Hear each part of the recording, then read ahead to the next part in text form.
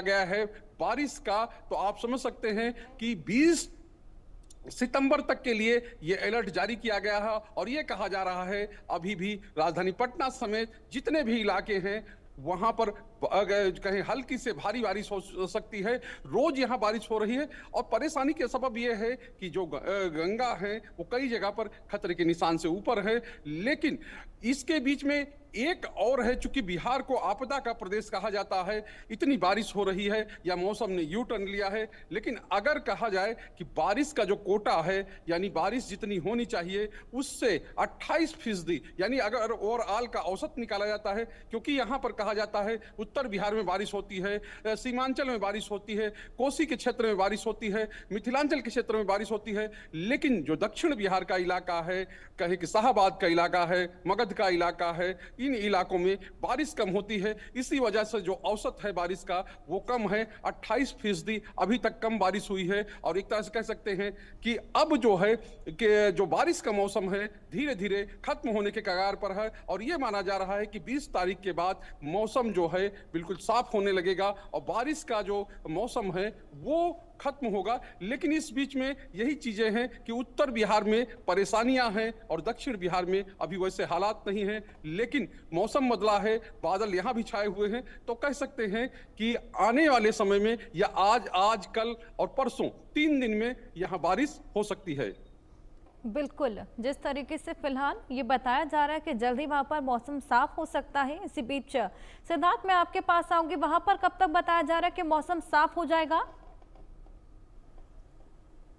जी बिल्कुल, 3 दिन बाद यहाँ भी बताया जा रहा है, मौसम विभाग द्वारा बताया कि 3 दिन बाद मौसम पूरी तरीके से साफ हो जाएगा। लेकिन लोगों को समय का इंतजार है, क्योंकि इस बार काफी बारिश ने परेशानी का सबब लोगों को करना पड़ा, काफी मशक्कत देखनी पड़ी। लखनऊ की बात करें, लखनऊ में तो खासी मशक्कत देखनी पड़ी। देखिए, आपको बता दें, कल जिस तरीके से छुट्टी थी, आज कहीं ना कहीं जब ऑफिस खुलेंगे तो फिर बारिश हो रही है। और एक चीज जो सबसे महत्वपूर्ण है, ट्रैफिक को लेकर काफी दिक्कत। जब पानी भर जाता है तो ट्रैफिक भी स्लो हो जाता है, तो लोगों को ऑफिस जाने में दिक्कत हो, स्कूल के बच्चों को कहीं ना कहीं स्कूल पहुंचने में दिक्कत हो रही। तो लगातार इसमें जो इस बार बारिश है वो परेशानी का सबब बनी। और एक चीज जो है हर्ष साहब को बताना चाहेंगे, सबसे महत्वपूर्ण जो बुंदेलखंड का क्षेत्र है वहां पर हमेशा बारिश कम होती थी, लेकिन इस बार वहां पर भी बारिश काफी हुई। आपको बता दें, कल सबसे ज्यादा बारिश बाराबंकी में हुई है। तो लगातार बारिश उत्तर प्रदेश में हो रही है और नदियां जो है वो भी उफान पर है। गंगा 5वीं बार कहीं ना कहीं खतरे के निशान से ऊपर बही है। लगातार बारिश का कहर देखने को मिल रहा है और गांव हो शहर हो सब जगह बारिश का कहर है। चाहे आप मैदानी इलाकों की बात कर ले तो मैदानी इलाकों में तो खासी बारिश हो रही है। जी हर्षा, बिल्कुल, वाकई बेहद ज़्यादा परेशानी का सबब इस बार देखने को मिला। शुभम, आपके पास लौटूंगी। देहरादून में जिस तरीके से बादल फटने की वजह से खासा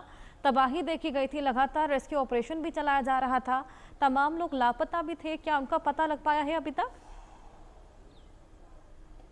जी बिल्कुल, बात करें तो सर्चिंग अभियान अभी जारी है, लेकिन अभी तक जो है लापता लोगों की अभी तक पता नहीं चल पाया है।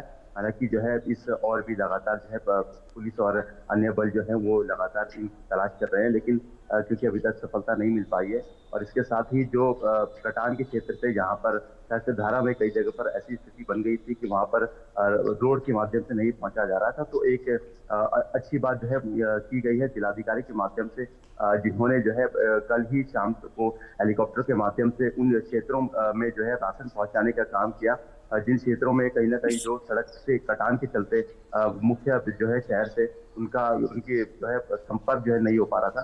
तो ऐसे में क्योंकि उनके लिए राशन पानी और अन्य खाद्य पदार्थों की कमी देखी जा रही, तो इसी के अंतर्गत उन्होंने हेली सेवा के माध्यम से जो है वहां पर राशन पहुंचाने का काम किया है। तो कहीं ना कहीं हम समझ सकते हैं कि अब जो राहत जो लोग हैं उनको कहीं ना कहीं राहत पहुंचाने के जो है प्रयास किए जा रहे हैं रोड को, और जो बिजली के खंभे काफी ज्यादा क्षतिग्रस्त हुए हैं उनको भी अब सही किए जाने की कार्रवाई की जा रही है। जिलाधिकारी के माध्यम से सभी विभागों को इसके निर्देश दिए गए हैं कि जल्द से जल्द जो भी कनेक्टिविटी है, रोड कनेक्टिविटी है या फिर विद्युत कनेक्टिविटी है, उसको बहाल कर दिया जाए।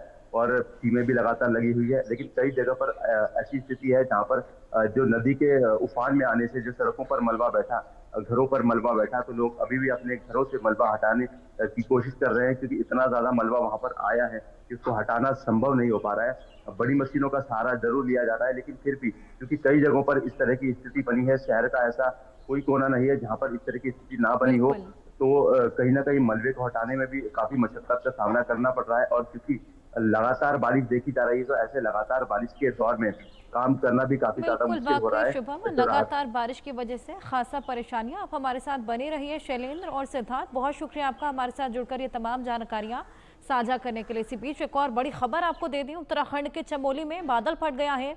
चमोली के नंदा नगर में घाट में ये तबाही देखने को मिली है। बादल फटने की वजह से 6 लोग मलबे में दब गए हैं, 7 लोग लापता हैं। 2 लोगों का रेस्क्यू किया गया है। मसूरी में भी 2500 पर्यटक फंसे हुए हैं। ये बेहद बड़ी क्षति एक बार फिर से बारिश की वजह से देखने को मिल रही है। आए दिन जिस तरीके से बादल फटने की घटना इस बार मॉनसून में देखने को मिली, वो वाकई बेहद डराने वाली। चमोली में बादल फटा है, जिसके चलते 2500 पर्यटक फंसे हुए हैं। नंदानगर घाट में तबाही है। मसूरी में भी 2500 पर्यटक फंसे हुए हैं। हालांकि 2 लोगों को रेस्क्यू किया गया है।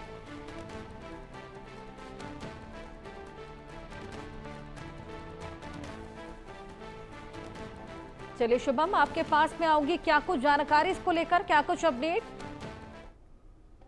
जी बिल्कुल, तड़के ही इसकी जानकारी मिली है, जिसमें कि चमोली पर जो है इस तरह की भारी आफत की बारिश के चलते जो है काफी नुकसान हुआ है।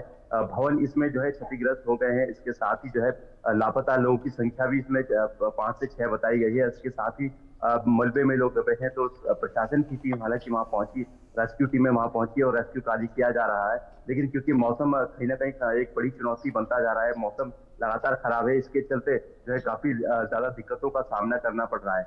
मसूरी की अगर बात करें तो मसूरी में भी क्योंकि पर्यटक जिस तरह से देखा गया है, बीते 2 दिन में भारी बारिश प्रदेश में देखी गई है, खासकर कि देहरादून के क्षेत्र में।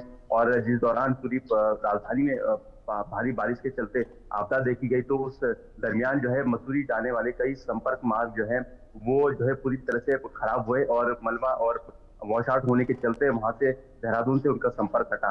तो जो पर्यटन मसूरी पहुंचे थे उनको वापस आना था, लेकिन वहां